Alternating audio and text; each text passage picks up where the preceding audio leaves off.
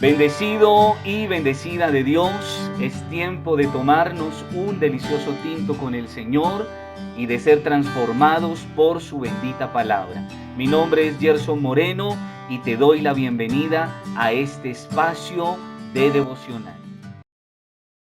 Quiero invitarte para que juntos meditemos en lo que dice la palabra de Dios con mucha atención en Romanos capítulo 8, verso 9 al 11. Romanos capítulo 8, verso 9 al 11, dice la palabra de Dios: sin embargo, ustedes no viven según la naturaleza pecaminosa, sino según el Espíritu. Si es que el Espíritu de Dios vive en ustedes. Y si alguno no tiene el Espíritu de Cristo, atención, no es de Cristo. Pero si Cristo está en ustedes, el cuerpo está muerto a causa del pecado, pero el Espíritu que está en ustedes es vida a causa de la justicia. Si el Espíritu de aquel que levantó a Jesús de entre los muertos vive en ustedes, el mismo que levantó a Cristo de entre los muertos también dará vida a sus cuerpos mortales por medio de su Espíritu que vive en ustedes. Anteriormente habíamos leído lo que dice la palabra en la segunda carta a los Corintios 5:17, que dice: de modo que si alguno está en Cristo, nueva criatura es, las cosas viejas pasaron, he aquí todas son hechas nuevas. Aquellos que ya entramos en el nuevo pacto, aquel que se consumó en la cruz del Calvario, vida, muerte y resurrección del Señor, que somos parte de ese sacrificio, por tanto nos hemos bautizado en las aguas del bautismo en el nombre de Jesucristo. Entonces ahora Pablo nos dice que ya nosotros no vivimos según ¿qué? Según la naturaleza pecaminosa, sino según el Espíritu que ahora se supone habita en nosotros. ¿Cuál es ese Espíritu? Pues el Espíritu de Cristo, el Espíritu Santo de Dios, que ahora gobierna nuestras vidas. Ya no estamos como Israel en Egipto, esclavizado, atado y subyugado por el pecado, o sea, por el mundo. No, sino que ahora le pertenecemos a Cristo. Pero cuidado, mi hermano, porque puede suceder que el Espíritu de Cristo todavía no habite en nosotros. Y si eso pasa, mi hermano, pues simplemente no somos de Cristo, sino que seguimos siendo del mundo. Quien nos gobierna todavía es el mundo. Pero dice la palabra: pero el Espíritu que está en ustedes es vida a causa de la justicia. Si el Espíritu de aquel que levantó a Jesús de entre los muertos vive en ustedes, ese mismo Espíritu, ¿qué va a hacer?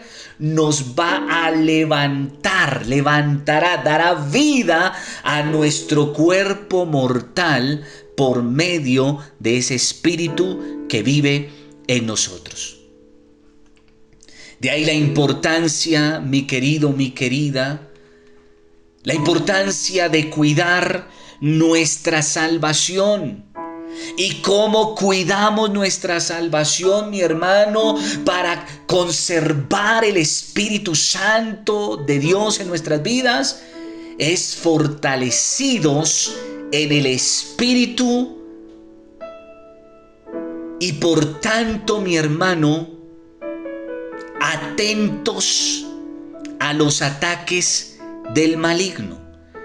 Porque es que si el maligno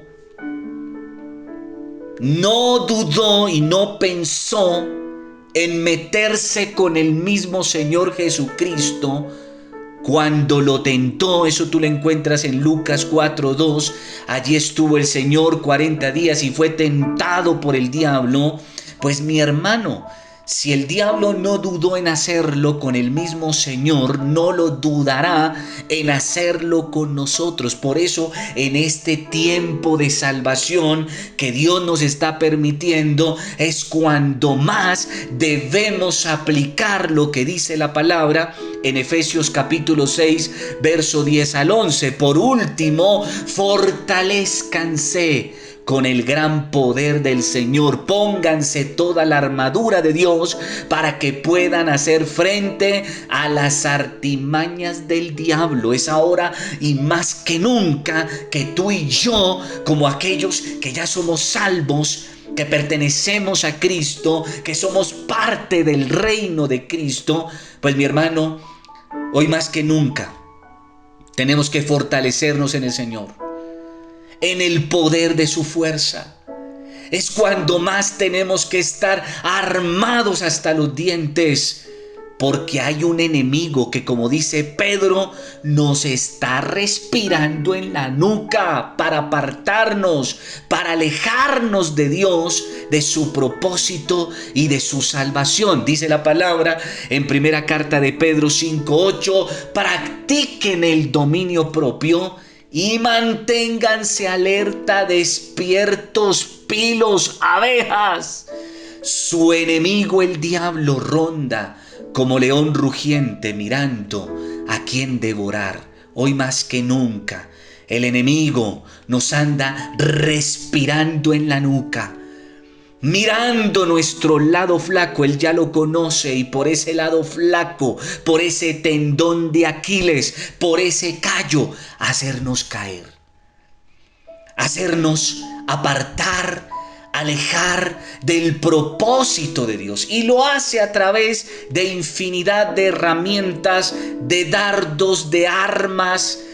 Entonces, mi hermano, en este tiempo de salvación no es un tiempo para dormir, no es un tiempo para relajarnos, no es un tiempo para bajar la guardia. No, es en este tiempo de salvación que debemos estar más despiertos y más alertas. Para el creyente hijo de Dios, el poder para la victoria sobre la libertad de los ataques del enemigo está siempre disponible. ¿Dónde está la clave, mi hermano? ¿Dónde está la clave? Dice la palabra de Dios en Mateo capítulo 19, verso 21. Mateo 6, 19, 21. No guarden tesoros para ustedes aquí en la tierra, donde la polilla y el óxido los dañarán y donde los ladrones entran a robárselos. Más bien guarden tesoros para ustedes en el cielo, donde ni la polilla ni el óxido los dañarán y donde los ladrones no pueden entrar a robárselos. Pues donde está tu tesoro, allí también estará, ¿qué? Tu corazón. ¿Dónde está la clave, mi hermano? Dios ha permitido esta pandemia, ha permitido todas estas situaciones que estamos viviendo para recordarnos este mensaje, mi hermano. Definitivamente aquí no tenemos nada seguro. Lo único seguro en este mundo, mi hermano, es la muerte. Lo único seguro. Ese es el mensaje que nos deja esta pandemia. Lo único seguro es la muerte. Pero también el segundo mensaje que nos deja claro esta pandemia y todo lo que el Señor ha permitido es que definitivamente todo lo que querramos construir, atesorar, guardar aquí, lo podemos perder. Así es que no tenemos otra opción sino asegurar nuestra próxima parada, esto es nuestra eternidad. ¿Dónde pasaremos la eternidad?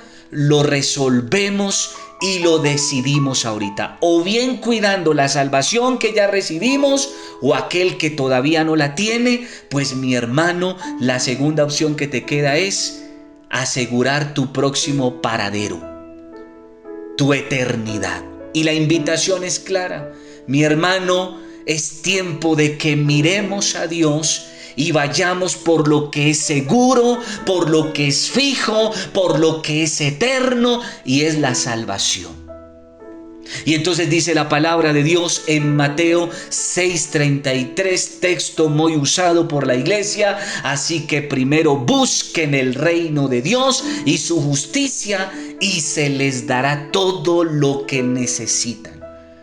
Mi hermano, ya no es tiempo de seguir colocando nuestra mirada en las cosas del mundo, en las riquezas del mundo, en los negocios del mundo, en lo material, en lo que el mundo ofrece. No, es el tiempo de buscar a Dios, de buscar nuestra salvación, y eso es, mi hermano, primero buscando el reino de Dios. ¿Qué necesidad tienes de salud económica, material, familiar? Mi hermano, todo eso es una añadidura que vendrá a tu vida después de lo primero, que es tu salvación. Y entonces dice la palabra en Colosenses capítulo 3, verso 4 al 6. Colosenses 3, 4 al 6. Concéntrense en las cosas celestiales y no en las terrenales, pues ustedes han muerto a su vieja manera de vivir, y ahora la nueva vida que disfrutan con Cristo está guardada, garantizada en Dios.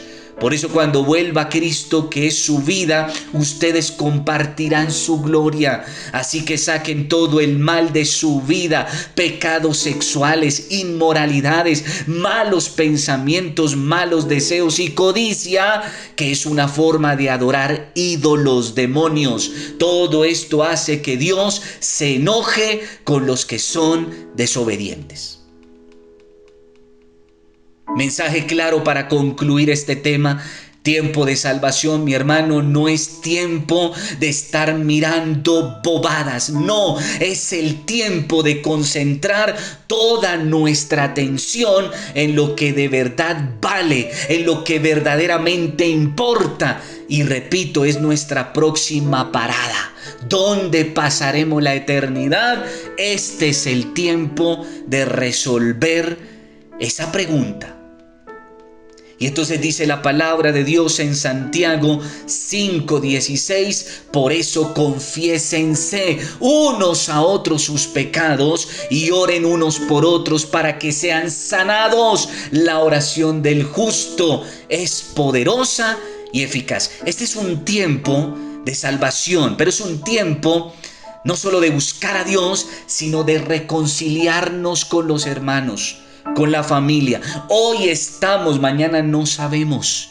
Por eso es importante arreglar las cosas, dejar todo al día, reconciliarnos con quien tenemos que reconciliarnos. Es un tiempo para orar el uno por el otro, y mientras lo hacemos somos sanos, somos bendecidos, somos victoriosos, porque la palabra de Dios dice: la oración del justo es poderosa y eficaz. Termino con primera carta de Juan 2:17, este tema, esta enseñanza. Concluyo diciéndote esto que dice la palabra. Primera carta de Juan 2:17: y el mundo pasa y sus deseos, pero el que hace la voluntad de Dios permanece para siempre. Mi hermano, esta pandemia va a pasar. Morirá mucha gente. Sí, pero va a pasar. Este mundo, los deseos, los anhelos mundanos, lo material, el pecado va a pasar. Pero la palabra dice: el que hace la voluntad de Dios permanece para siempre. Hoy te invito para que busques a Dios, pero no solamente para que busques a Dios, para que hagas la voluntad de Dios y permanezcas para siempre. ¿Cuál es la voluntad de Dios? Que te bautices. ¿Cuál es la voluntad de Dios? Que lo busques, que lo adores, que lo anheles. ¿Cuál es la voluntad de Dios? Que le sirvas. ¿Cuál es la voluntad de Dios? La voluntad de Dios, mi hermano, es hacerte salvo. Busca la salvación. Busca la salvación. Sé obediente a Dios, al llamado de Dios en este tiempo. Cuida tu salvación, y aquel que no la tiene, busca la salvación. Amado y soberano Dios, Padre Celestial, te alabo y te bendigo por este tema, por este mensaje, por cada enseñanza que me permitiste compartirle a él, a ella, aquella que ya es tu hijo, tu hija, que te pertenece, que hace parte de tu pueblo, de tu iglesia, de tu cuerpo. Gracias, Señor, porque hoy le desafías a cuidar su salvación, a atesorarla, pero también a convertirse en un instrumento de luz y de salvación para el mundo. Pero también gracias por aquel, por aquella que todavía no es salvo, que todavía no te pertenece, pero que ha obedecido a tu llamado de oír este mensaje, de oír cada enseñanza, pero que hoy se ve desafiada a buscarte, a obedecerte y en un acto de obediencia bajar a las aguas del bautismo en el nombre de Jesús para su salvación, para su bendición, pero no solamente para la suya, sino para los suyos también. Padre, ayúdale. Padre, redargúyele a través de tu Santo Espíritu el dar este paso tan importante de obediencia en este tiempo que es un tiempo de salvación. Que no se pierda esta oportunidad tan grande que tú le extiendes, que tú le regalas, que tú le ofreces.